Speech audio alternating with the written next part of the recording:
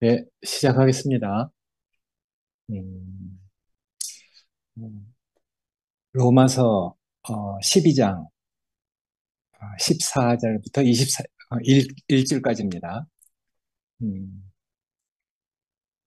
아마도 적대적인 이방인들에게 둘러싸인 그리스도인들의 삶이라는 제목으로 교통을 하려고 합니다.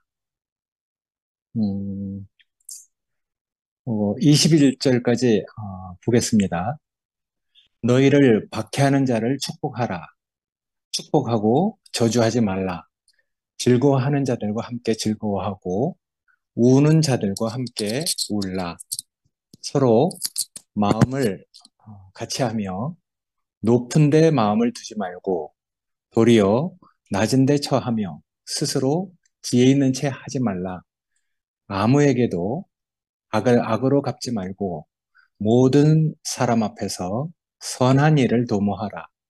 할 수 있거든 너희로서는 모든 사람과 더불어 화목하라. 내 사랑하는 자들아, 너희가 친히 원수를 갚지 말고 하나님의 진노하심에 맡기라. 기록되었으되 원수 갚는 것이 내게 있으니 내가 갚으리라고 하고 주께서 말씀하시니라. 내 원수가 줄이거든 먹이고 목마르거든 마시게 하라. 그리함으로 내가 숯불을 그 머리에 쌓아 놓으리라. 악에게 지지 말고 손으로 악을 이기라. 음, 약간 우리의 일반적인 세상적인 상식하고는 약간 그 반하는 말들이 많죠. 바울은 이제 여태까지 서로 돕고 돌보는 형제들과의 그 삶에 관한 이야기를 마치고 이제 관심을 그 초점을 이제 이렇게 다른 데 돌리게 하고 있습니다. 형제들을 공격하고 해를 끼치는 사람들에게 어떻게 대할 것인가를 말하고 있습니다. 그래서 바울은 이제 성경을 많이 썼잖아요. 다른 곳에서처럼 여기서도 예수를 믿고 따르는 그 형제들에게 핍박이 닥칠 것으로 예상을 하고 말을 하고 있습니다. 데살로니가 그 교회에도 그렇게 얘기를 하죠. 형제들아, 너희가 그리스도 예수 안에서 유대에 있는 하나님의 교회를 본받은 바 되었으니 그들이 유대인들에게 고난을 받은 것 같이 너희도 너희 동족에게서 동일한 고난을 받았느니라 이렇게 얘기하고 또 디모데 후서에서도 그렇게 얘기합니다. 무릇 그리스도 예수 안에서 바르게 살고자 하는 그런 사람들은 다 박해를 받을 것이다. 악한 사람들과 속이는 사람들은 더 악해져서 속이기도 하고 속기도 하느니 그러나 너는 이제 그리스도 예수 안에서 정말 옳은 것을 배우고 확신하는 일에 거하라 이렇게 말하고 있거든요. 그러니까 이제 박해하고 핍박하는 자들에게 대해서 어, 뭐 같이 각을 세우고 싸우고 저주하는 게 아니라 오히려 축복하는 것이라고 말하고 있습니다. 이건 어쩌면은 정말 일반적으로 사람 처지에 따라서 다 다르게 이렇게 어떤 반응을 갖게 됐지만은 어쨌든 이 지점에서 바울은 이런 사람이 아니었었거든요. 이전에 그가 유대인이었을 때 예, 그가 가지고 있는 그 전통과 전혀 그 대조되는 반대가 되는 새로운 그 말을 수면 위로 이렇게 부각시켜서 말하고 있는 것이거든요. 적대감에 대해서는 기도로, 또 폭력에 대해서는 축복으로 맞서야 한다는 것을 얘기하고 있습니다. 어, 여기서 우리는 그 바울이 어떤 사람인가, 에, 구약에 능통한 사람이고 가말리아 문화에서 정말 율법에 정통한 사람이고 아주 장래가 촉망받는 이런 사람이었었잖아요. 그러니까 그들에게 에, 그 우리가 알고 있는 그 성경 말고도 유대인들이 가지고 있는 구약의 그 제2성경이라는 것이 있었기 때문에 그 놀라운 높은 그 학식을 가진 다섯 사람 바울은 분명히 구약의 그 성경, 제2성경 이런 거에 대해서도 능통했을 거란 말이에요. 그러니까 여기 그 참고로 써 있는 말들은 이제 참고로 읽어보시기 원하고 분명히 유대인들은 70인역 그리스 성서로 돼 있는 70인역 외에 에, 그들이 가지고 있는 대중적인 제2성경도 분명히 가지고 있는 사람들이거든요. 그러니까 이제 거기에 있는 어떤 성경도 이렇게 그 보면은 유딧기 뭐 이제 어, 뭐 토빗기, 마카베오기 뭐 여러 가지 성경이 있는데 거기서 이제 한 예를 들으면은 마카베오 하라는 곳에 보면은 율법을 지키면서 아주 이제 숭고한 죽음을 죽은 사람들의 예가 있거든요. 일곱 형제와 그 어머니는 뭐 유튜브나 이런 데 쳐보면은 아주 그 내용이 자세히 나오는데 나중에 시간 있는 분들은 한번 이렇게 그 검색을 해보시기 원합니다. 거기에 보면은 유대인의 제2성경, 구약 성경이죠. 거기 7장에 등장하는 일곱 형제와 그 어머니 아주 유명한 이야기니까 거기 보면 그 일곱 형제와 그 어머니는 율법의 규례들을 정말 지키고 심지어는 돼지고기까지 안 먹는 그래서 고기를 먹느냐 마느냐 하는 문제로 숭고한 죽음을 이렇게 그 맞이하고 그리고 죽으면서 자기를 핍박하는 자들을 위해서 저주를 포함하면서 정말 죽음을 이렇게 그 받아들이거든요. 아마 바울도 예수를 만나지 못했더라면 아마 그 성격으로 봐서 분명히 그렇게 하고도 남을 사람이었어요. 그러나 이제 바울은 변화된 사람이잖아요. 새 생명을 따르고 있단 말이에요. 그러니까 이제 그 바울이 얘기하고 있는 그 많은 말들과 그리고 또 그 바울이 살아내고 있는 그 모든 것은 이상하게 특이한 점이 있어요. 옛날 다섯 사람 바울하고는 전혀 다른 그런 모습이 예수를 만난 이후에 이렇게 드러나고 있거든요. 여기 보면은 적대감에 대해서는 기도로, 폭력에 대해서는 축복으로 맞서야 된다는 얘기를 하고 있어요. 근데 바울은 옛날에 안 그런 사람이거든요. 바울은 그 적대감을 가진 예수의 제자들, 그 사람들을 내가 뭐 하여튼 죽이기 전까지는 내가 밥도 먹지 않으리라. 이렇게 아주 유대교의 열심을 가지고 그들을 핍박하고 다녔던 사람이거든요.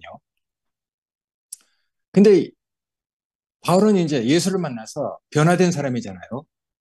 그래서 이제 핍박하는 그런 사람들을 향해서 저주하는 대신 저들을 몰라서 그렇다. 저들을 용서해 달라는 그런 기도를 할 수 있는 분을 만난 것이죠. 그래서 예수를 만난 체험을 가진 바울은 전혀 사람이 달라졌어요. 옛날의 바울이 아니죠. 음, 그러니까 이 변화된 사람, 바울은 사람이 달라지고 또 말이 달라진 것이거든요. 바울을 보고 또 예수를 만난 사람들을 이렇게 보면은 다 변화가 있습니다. 사람이 달라지게 되거든요. 그건 이제 우리 형제들도 다 마찬가지고 저도 삶이 예수를 만나서 바뀌었거든요. 나도 이제 교회 생활하면서 나에게 그 들려진 말씀, 내가 맨 처음에 말씀을 따라서 왔다고 했잖아요. 영광의 말씀. 정말 세계가 갈라지는 말씀. 정말 우리 안에 없었던 놀라운 말씀을 듣고 본토와 친척을 떠나서 영광의 하나님을 따라서 길을 떠났던 아브라함처럼 저에게도 마치 내가 성경을 쓰라고 해도 내가 성경을 쓴다 해도 꼭 그렇게 쓸 수밖에 없는 어떤 일이 내 인생 안에서 역사적으로 그런 일이 있었죠. 근데 여기 와서도 사실은 새로운 세계에서 내가 알고 있는 그런 가치관과 아, 전혀 세계가 다르니까 나는 정말 이 안에 들어와서 이루 말할 수 없는 많은 일들을 겪었어요. 물질적인 것으로, 육신적인 것으로, 또 가치관의 혼란을 겪는 이런 일들로 어쨌든 수없이 많은 일을 겪었거든요. 근데 그런 일을 옛날에는 뭐 왜 이런 일을 또 당하나 이렇게 생각했는데 그 당한 것이 아니라 나중에 하나님이 그런 일을 겪게 하셨구나 하고 말이 바뀌어지게 됐어요. 그래서 하나님께서 무엇인가 깨닫게 하려고 하나님이 나에게 허락하신 것인데 그걸 한 번에 깨닫지 못해서 어리석게도 많은 일을 반복해서 겪었거든요. 그 대부분의 일들을 다 남 탓으로 돌리고 나는 옳고 난 틀리지 않았다 이렇게 생각했어요. 나하고 다른 사람들을 틀렸다고 생각하고 그건 다른 것이잖아요. 틀린 게 아니죠. 세상에 틀린 사람이 어디 있겠습니까? 다 맞거든요. 근데 이제 다른 사람을 틀렸다 규정하고 나는 맞다. 나는 피해자다. 그래서 난 부당하게 뭔가를 당하고 있다. 이렇게 스스로를 위로하고 나 혼자 감당하지 못했던 일들은 내가 정말 교활하게도 형제들을 동원해서 어, 형제들을 또 내 편으로 만들어서 내가 보기에 틀렸다고 생각하는 사람들을 정말 힘들게 했어요. 그 사람의 어떤 그 부정을 들춰내면서 나의 정당함을 얘기한 적이 많습니다. 그 사람의 그 부정한 것을 얘기한다고 해서 내가 옳은 사람이 되는 건 아니잖아요. 근데 그때는 내가 우둔하게도 어리석게도 내가 그렇게 생각했어요. 다른 사람의 그 부정을 얘기하는 것 같고 내가 옳은 사람이 되는 것은 전혀 별개의 일인데도 다른 사람의 부당한 것을 얘기하면 나는 뭐 마치 정당한 사람이 되는 것처럼 그런 착각을 가지고 살았었죠. 그러니까 수많은 세월을 얼마나 지금 생각하면은 정말 율법적으로 가식적으로 그리고 또 뭐 정말 얼마나 지금 생각하면 정말 누가 뭘 하지도 않았는데 혼자 그런 일을 생각하면 혼자 스스로 부끄러워서 얼굴이 붉어지는 그런 일을 겪었거든요. 지금 생각하니까 우둔한 거죠. 봐도 보지 못하고 들어도 듣지 못하는 그런 우둔한 자가 바로 나였었거든요. 그러니까 정말 많은 형제들에게 상처와 피해를 주는지도 모르고 위선과 과식으로 살았어요. 그리고 또 내가 말씀을 많이 들었으니까 그 들은 말씀을 가지고 나를 포장하고 살았거든요. 그런데 나는 서서히 지쳐갔어요. 내 힘으로는 정말 아무것도 할 수 없는 그런 이제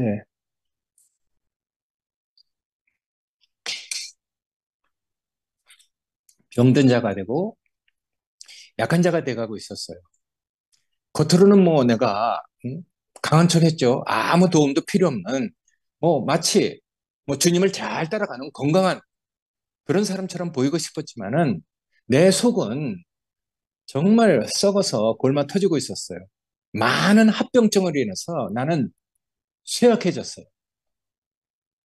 그것뿐만 아니라 나는 내 스스로 정말 고독한 사람이었어요. 겉으로는 뭐 형제들하고 다 친하지만은 내 속사람은 누구 하나 나를 도와줄 수 없는 내가 또 도움 받을 수 없는 그런 쓸쓸한 신세가 됐었거든. 나는 내 그 심정, 내 자신의 그런 것에서 벗어나 보려고 정말 오랜 세월 고민했어요. 병은 사람을 고민으로 이렇게 이끌어 가잖아요. 마치 베데스다 연못가의 그 38년 된 병자처럼 물이 동할 때 천사가 와서 그 연못의 물을 동하면은 먼저 뛰어들어가는 자가 낫는다. 마치 무슨 말씀을 들으면 다 알잖아요. 요새 전윤환 형님이 말씀하시는 것처럼 자아를 끝내면은 그 예수께 나를 고백하면은 다 된다는 것을 알고 있었어요. 음. 근데 38년 된 병자처럼 천사가 와서 베데스다 연못가에 물을 동할 때 먼저 들어가면은 낫는단 말이에요. 근데 어, 정말 무기력해진 나는 아무것도 할 수 없었어요. 그냥 다른 사람의 그 병 고쳐지는 그런 장면만 보고 내가 슬피 울었던 적이 정말 많거든요. 간절했지만은 난 무력한 사람이었어요. 힘이 없었어요. 내 심정 안에는 즐거움하고 그 평안이 없었습니다. 외면사람은 뭐 형제들하고 교회 생활을 하니까 다 즐거워 그 할 만하지만은 또 우리 안에 뭐 얼마나 즐거운 날이 많습니까? 근데 마음속에는 즐거움이 없었어요. 내 안에 그 병이 있으니까, 죄가 있으니까 그게 발각될까 봐. 그러니까 환경은 즐거워할 만하지만은 내 심정은 그러지 못했어요. 가장 즐거워할 만한 때에 돌연 갑자기 내 심중에 있는 병 하나가 딱 생각나면 그만 마음이 우울해졌어요. 외면적 상태는 평안해 보이려고 막 애쓰고 노력했지만은 속 심정은 정말 엉망이었어요. 그러니까 나는 서서히 정말 그 말라가고 있었고 병들어가고 있었고 무기력해졌었어요. 소망은 있었잖아요. 베데스다 그 연못가에 물이 동하면 먼저 들어가면 낫는다. 그러나 내가 무기력해 누가 나를 도와줄 수 없는 또 나는 누구에게도 도움을 받을 수 없는 그런 사람이었거든요. 그러니까 나는 헛된 희망을 가진 죽은 자였어. 죄와 사망으로 오랜 세월 죽은 자였었거든요. 어, 그러니까 그런 그 세월, 그런 삶을 살아본 사람은 다 알 거예요.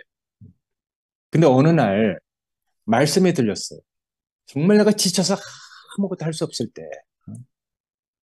그때 내 기억으로는 요한복음 말씀인데 나는 내가 원하는 자를 살리느니라. 내가 낫고자 하느냐? 하는 말이 나에게 들렸고 내 자리를 들고 일어나라 하는 그 말이 나를 살렸어요. 그리고 죽은 자들은 하나님의 아들의 음성을 듣는 자가 들을 때가 오나니 곧 이때라. 듣는 자는 살아나리라. 그러니까 그런 어떤 말씀이 나에게 이렇게 들렸다는 게 지금으로 생각하면 정말 기적적인 일이죠.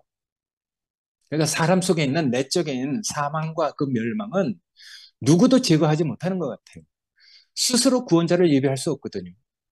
자기 스스로 살아날 수도 없는 것이죠. 그러니까 인간을 살리는 것은 정말 생명의 말씀인 것 같아요. 말씀이 들려야 된다고 했잖아요. 아들의 음성이 들려야 된다고 했잖아요. 일요일 날 최 목사님도 아들의 음성을 들을 때가 온다고 그렇게 얘기를 했단 말이에요. 음성을 들어본 사람은 다 알거든요. 어느 날 내가 정말 지쳐갖고 난 누군가, 나는 왜 여기 있는가, 내가 왜 본토와 친척을 떠났는가, 그 많은 그 영광은 다 어디로 사라졌는가. 정말 절망 속에 빠져서 소망이 없었던 사람이었거든요. 그냥 나에게 이상한 말씀이 들린 것이죠. 아들의 음성이 들린 것이죠. 근데 그 음성이 나를 살렸어요. 그 말씀이 나를 살렸거든요. 뭔가 마치 연못으로, 베데스다 그 연못으로 나를 밀어넣어서 내 병을 고친 것도 아니고, 뭐 날 보고 노력을 하라거나, 뭐 힘을 쓸 필요가 없는, 다만 나의 말을 믿고 따르면 된다는 그 음성이 나한테 들린 것이거든요. 근데 그 말씀이 나를 살렸어요.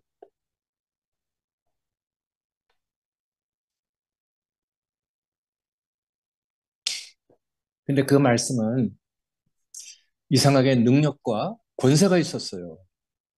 그리고 또 그 말씀에는 생명이 있었어요.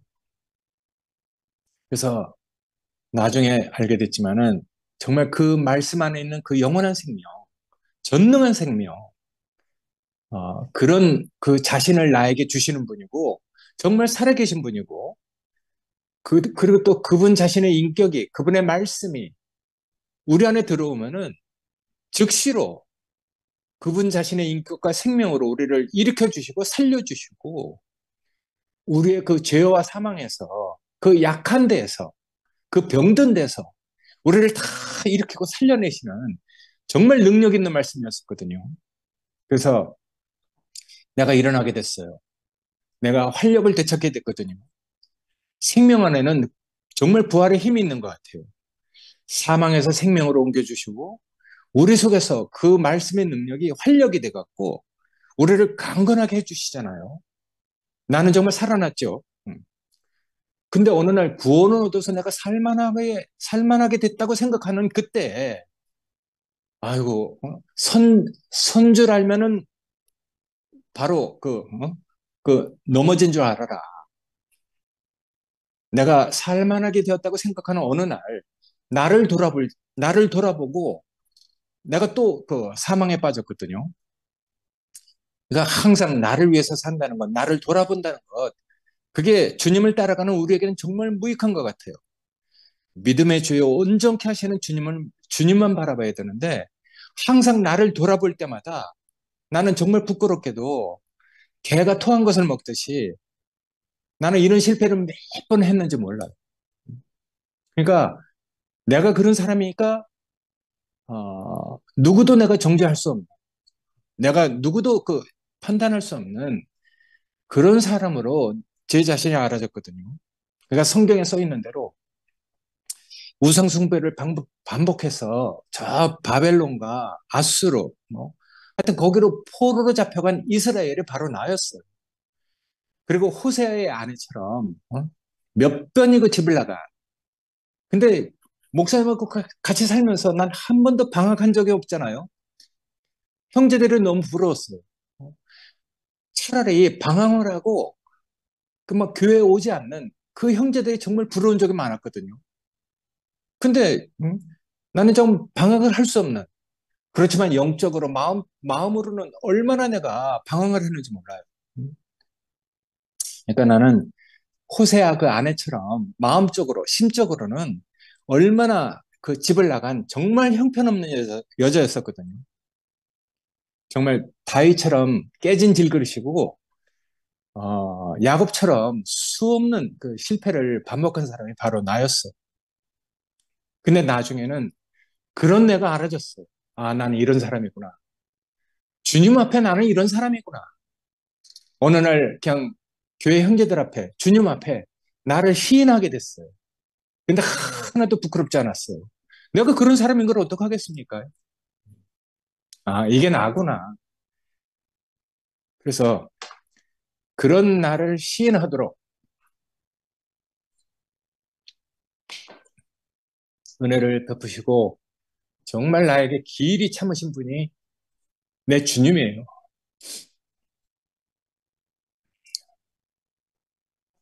나를 축복하고 저주하지 않았어요. 그래서 나는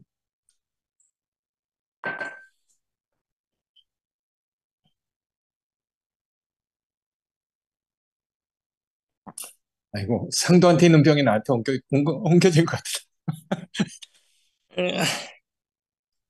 어쨌든 나는 내 실패와 내 자신의 형편없는 그런 것 때문에 겪는 내가 뭐 화를 자초한 것이죠. 내 자신이 그런 걸 어떻게 하겠습니까?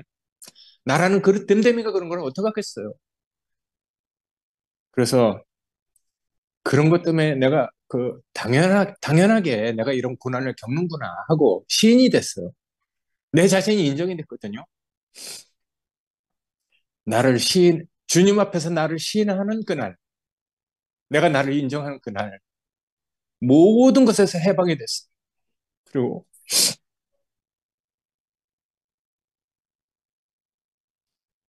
그리고 이제 내가 나를 신뢰할 수 없는 그것 때문에 내 모든 것을 하여튼 주님에게 맡기고 어찌할 도리가 없잖아요. 그런 나를 이끌어 가신 분이 내 주님이니까. 어쨌든 그 주님을 만나서 하여튼 이렇게 모든 게 다 바뀌고 가치관이 바뀌고 삶이 바뀌고 정말 많은 변화가 있었죠. 그러니까 이런 말들을 읽을 때 나는 이제 왜 이런 말을 하는지 조금 하여튼 감이 잡혀요. 음. 여기 너희를 박해하는 자를 축복하라. 축복하고 저주하지 말아라. 내 사랑하는 자들아, 너희가 친히 원수를 갚지 말고 하나님의 진노하심에 맡겨라. 나는 내가 손대는 것마다, 내가 입댄 것마다 다 하여튼 엉망으로 만들었거든요. 그러니까 난 주님 앞에 서서 또 교회 형제들 앞에서 내가 자신이 없는, 나를 얘기할 수 없는 그런 사람으로 내가 밀려갔어요. 그리고 우리가 이제 이렇게 정말 말로 다 할 수 없는 어떤 혼란을 겪었잖아요. 지금 입으로 내기에도 민망한 어떤 일들, 그런 것들도 우리가 겪어왔단 말이에요. 근데 맨 처음에 그런 일들로도 내가 실패를 했어요.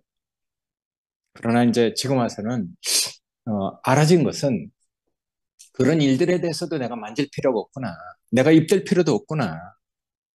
그 모든 것을 여기 써 있는 대로 하나님이 그 모든 것을 다 모르시겠습니까? 다 아시죠. 그러니까 여기 하나님의 그 진노하심에 맡겨라 이렇게 얘기했는데 어쨌든 하나님에게 모든 것을 맡길 수 있는 그런 사람으로 우리 형제들을 나를 그렇게 다 이끌어 왔잖아요. 그러니까 난 그게 너무 감사해. 응? 그래서 우리가 이런 과정을 거치지 않았으면은 어떻게 우리가 이런 말을 할 수 있겠습니까?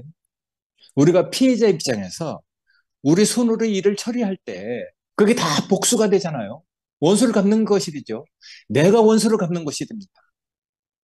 그러니까 그런 실패를 우리가 경험했기 때문에 그래서 이제 바울이 금지하고 있는 것도 하나님과 별개로 자기가 원하는 일을 자기가 피해자의 입장에서 자기가 원하는 일을 행하는 것이 바로 복수하는 것이다.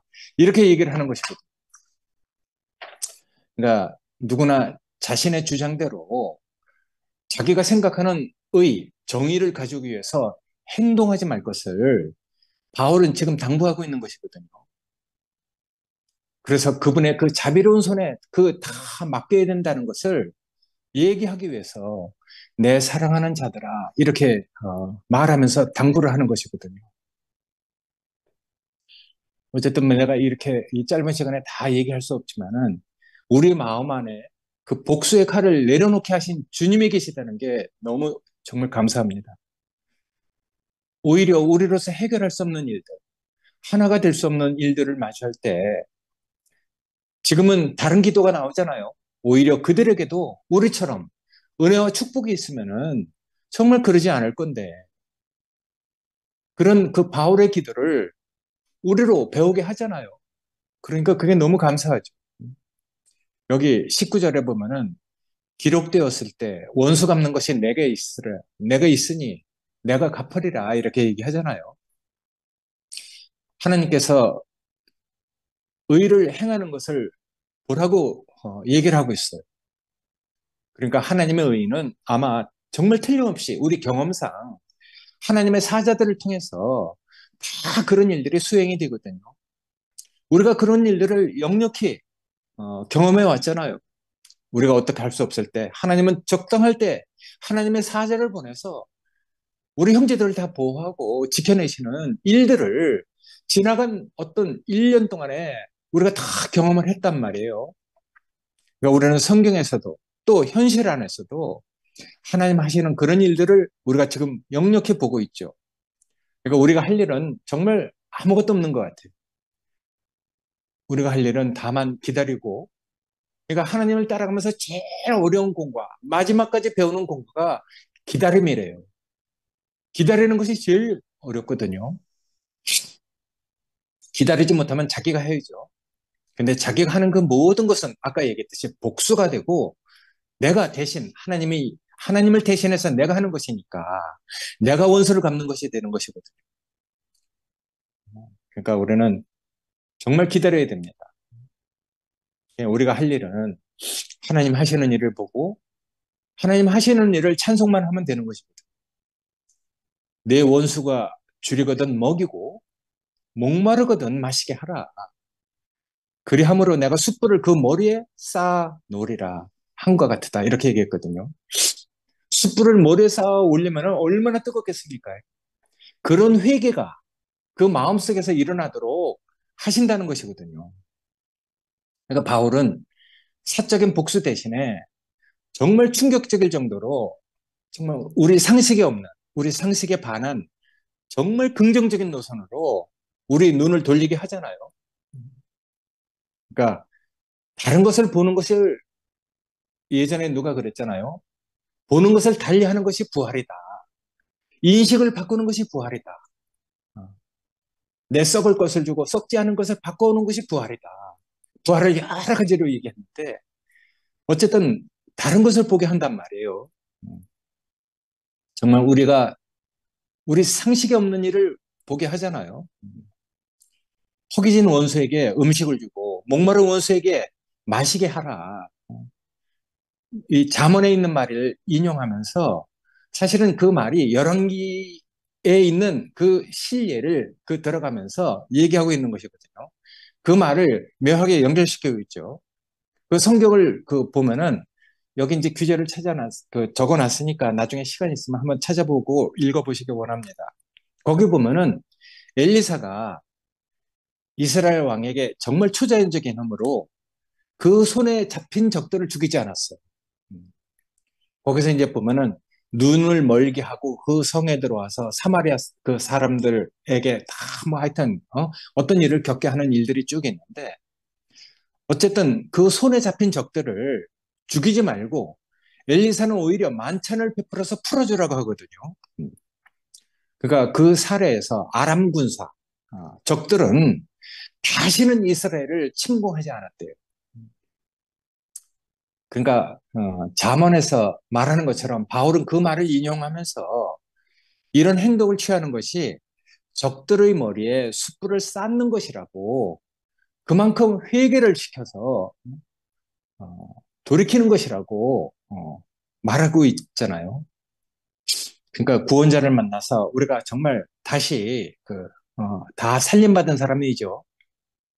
사망에서 생명으로 옮겨진 사람이고 다 구원을 얻은 사람들이잖아요.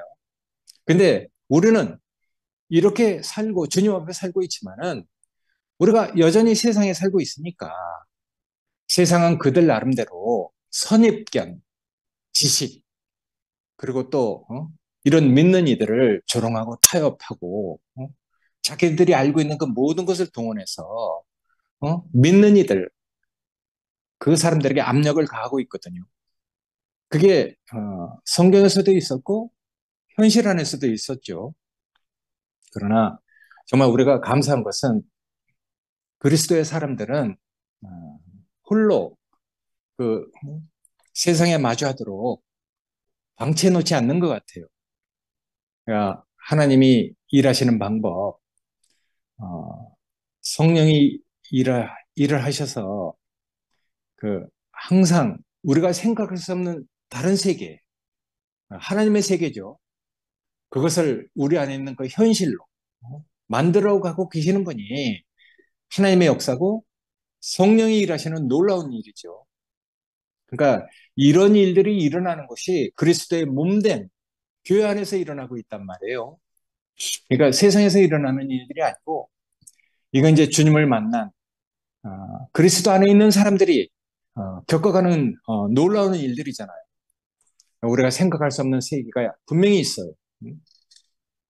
그런 세계를 늘 우리가 살 수 있는 세계로 이 현실로 만들어 가고 있는 것이 성령이 하시는 일이고 하나님이 우리에게 하시는 일이니까 얼마나 정말 놀랍습니까? 그러니까 여기에 써 있는 대로 악에게 지지 말고 선으로 악을 이겨라 이렇게 얘기하고 있잖아요. 이게 뭐 물리적인 표면적인 말을 얘기하는 게 아니겠죠. 어, 복수심에 뭐 불타오르거나 그 생각을 실행하는 것. 사람마다 다 이렇게 순간적으로 그래 생각할 수 있잖아요. 사람이 다 감정의 동물이고, 뭐 하여튼 반응을 하는 그런, 뭐가 있으니까. 근데 우리 안에는 그 반응들을 내가 뭔가 내 손으로 갚아야 되겠다. 손봐줘야 되겠다. 그래서 손이라도 못 되면 입으로라도, 막 하여튼, 자기 억울함을 호소하는 이런 일들. 그런 생각을 계속 실행하거나 그런 것들을 계속 유통시키는 것은 어, 뭔가 끝나지 않는다는 것을 얘기하고 있는 것이거든요. 그러니까 악을 계속해서 영속시키기보다는 악을 전복시킬 수 있는 그런 일들은 우리에게 가해지는 어떤 것들을 받아서 그걸 대신 손으로 돌려줘라. 이런 말을 하고 있는 것이거든요. 그러니까 우리 안에 없는 것이죠. 그러나 우리가 충분히 그런 과정을 거친 사람들이고 또 우리 개개인 안에 작지만 그런 경험이 다 있으리라고 난 믿고 싶습니다. 그러니까 우리가 홀로 세상 벽에 부딪혀서 홀로 이 세상을 싸워 이기도록 그 헤쳐나가도록 그렇게 우리를 방치하지 않잖아요. 그리스도 안에 있는 그 형제들을 항상 하나님께서는 돌보시고 보호하시고 이끌어 주시니까 그러니까 우리가 여기 써 있는 대로 서로 마음을 같이 할 수 있고 즐거워할 수 있고 그래서 여기 써 있는 것처럼 즐거워하는 자들과 함께 더불어서 즐거워하고 우는 자들로 함께 우리가 울 수 있는 그런 형제들하고 엮여져 있다는 것이 정말 정말 감사해요. 뭐 높은 데 마음을 두지 않고 도리어 낮은 데 처한 형제를 우리가 다 귀하게 여기고 있잖아요.